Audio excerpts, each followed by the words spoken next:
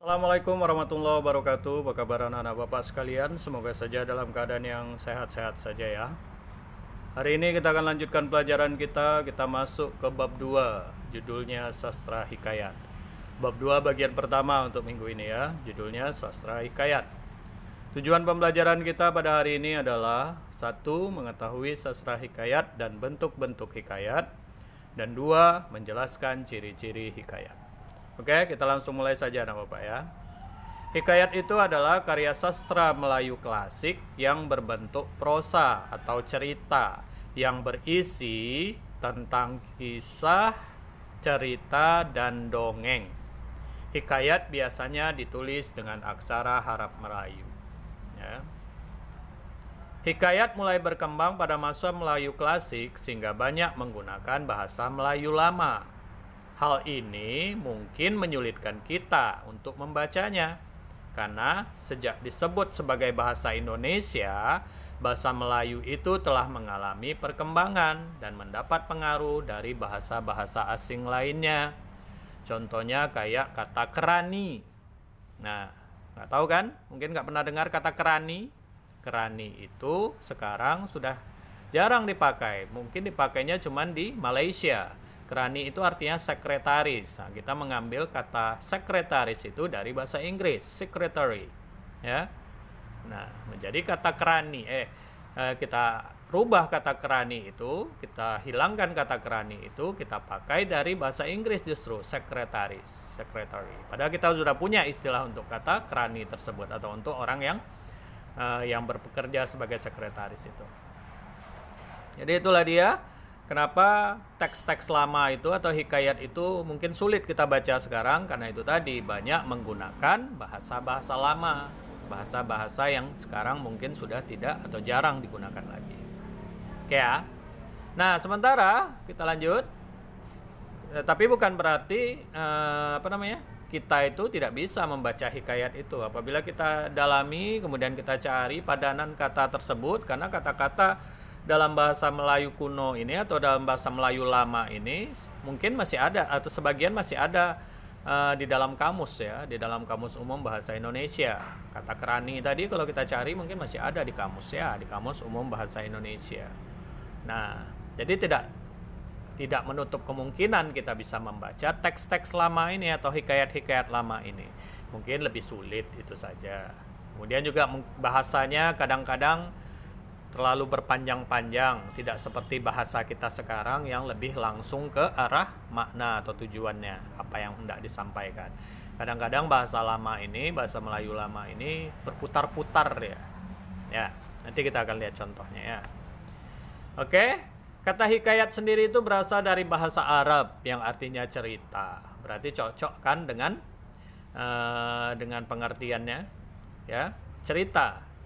Jadi yang namanya pantun, yang namanya syair, yang namanya gurindam, biarpun memuat cerita di dalamnya, kayak syair Putri Kacamayang dulu mungkin pernah baca di kelas 5. Nah, itu nggak bisa disebut sebagai hikayat. Kenapa? Karena dia berbentuk gurindam. Nah, sementara gurindam ini seperti cerita yang kita baca atau cerita yang kita dengarkan. Oke, kita lanjut. Di dalam hikayat terdapat tunjuk ajar, atur cara, dan pedoman hidup. Hikayat dapat memberi contoh dalam bersikap berdasarkan tokoh yang diceritakan atau yang dikisahkan. Ya, misalnya hikayat Hang Tuah, kita bisa meneladani bagaimana perjuangan, bagaimana semangatnya Hang Tuah, bagaimana keberaniannya Hang Tuah ya. Kita bisa teladani dari tokoh-tokoh dalam hikayat tersebut. Demikian pula hikayat-hikayat yang lain. Oke ya. Nah, kita lihat ciri-ciri hikayat. 1. Menggunakan kata dan istilah Melayu lama seperti yang Bapak bilang tadi. Ada contohnya kerani, ada contohnya kayak misalnya syahdan, arkian, ya. Itu menunjukkan waktu, itu syahdan di satu masa. Nah, ya, atau misalnya patik. Ya, patik itu mengucapkan atau membahasakan diri kita kepada orang yang kita hormati, misalnya kepada raja atau kepada sultan. Ya, patik mohon izin. Nah, seperti itu. Patik itu artinya saya ya. Dan beta juga misalnya, mungkin ada lagu ya, Indonesia tanah air beta. Beta itu saya juga artinya ya, memanggil kepada diri kita. Itu adalah bahasa lama yang mungkin jarang sekali digunakan sekarang, makanya mungkin kita tidak tahu ya, tapi masih ada sebenarnya ya, cuman jarang pemakaiannya. Itu ciri yang pertama. Ciri kedua, berkisah tentang kehidupan istana atau kerajaan, atau hewan, atau orang sakti, atau pahlawan maupun tokoh agama. Ada beberapa hikayat ya. Misalnya di sini hikayatnya itu banyak, ada yang menceritakan tentang kerajaan.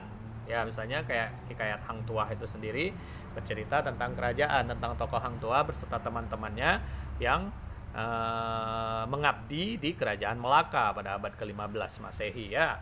Atau mungkin pernah dengar hikayat, atau ya ada juga hikayat yang judulnya hikayat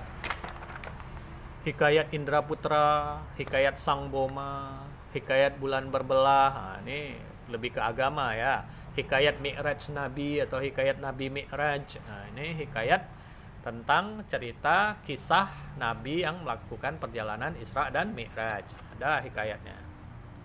Hikayat Khoja Maimun atau hikayat Bayan Buniman. Bayan itu kalau tidak salah Bapak nama burung ya, burung banyan dan sebagainya. Hikayat Pelandu. Nah, pelandu kan sejenis binatang.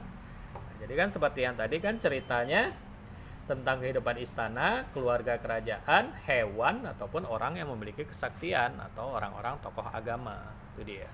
Jadi ceritanya, hikayat itu menceritakan tentang hal-hal seperti itu.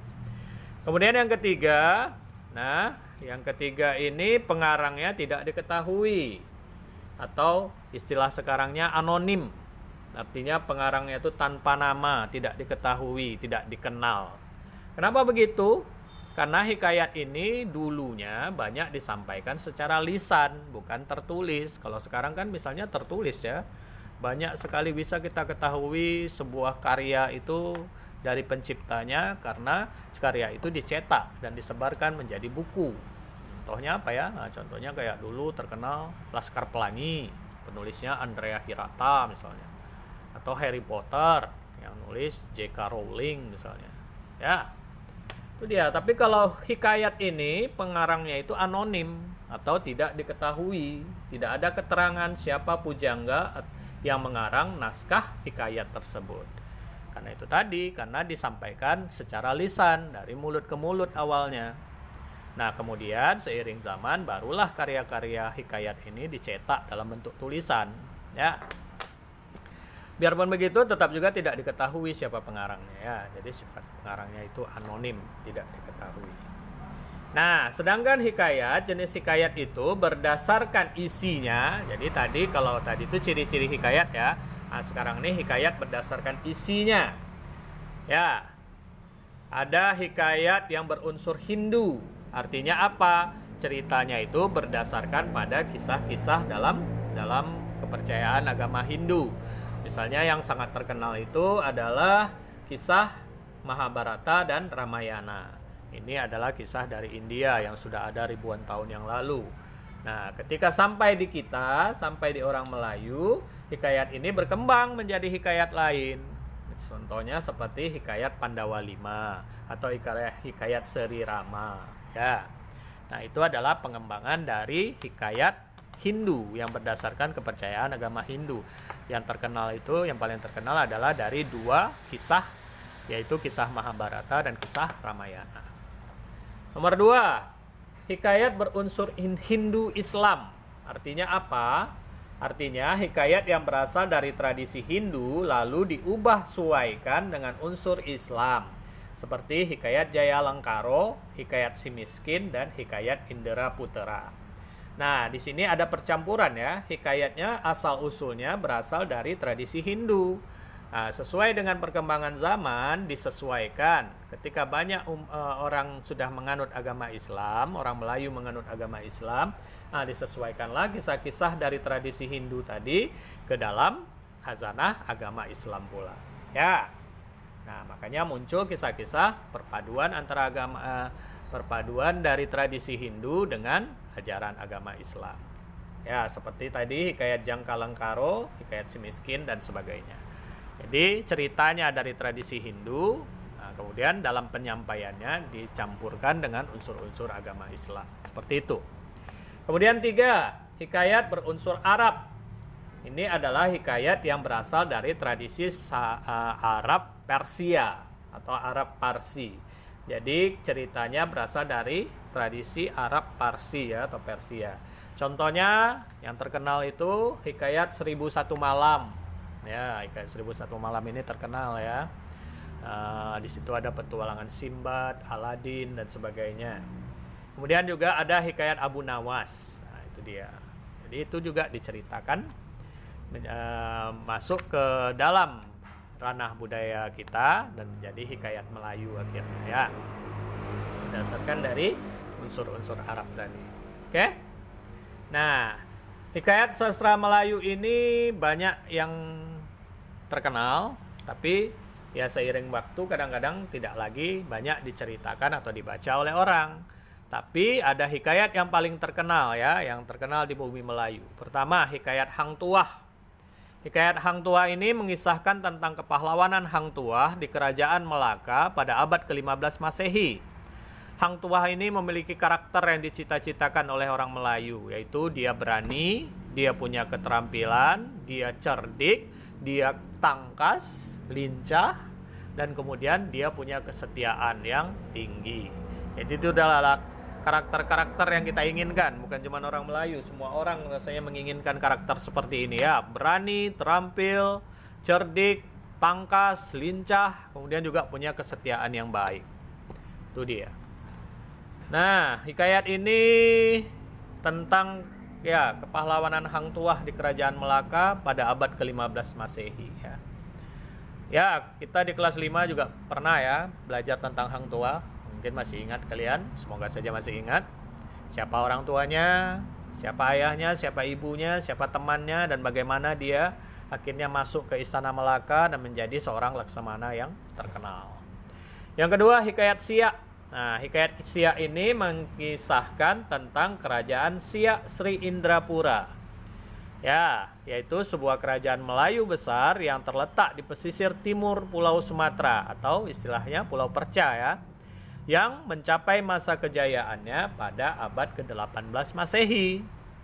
Nah, jadi hikayat Siak itu menceritakan tentang kerajaan Siak Sri Indrapura sejak dia mulai bangkit atau mulai lahir sampai masa kejayaannya, terutama masa kejayaannya pada abad ke-18 Miladiah atau abad ke-18 Masehi.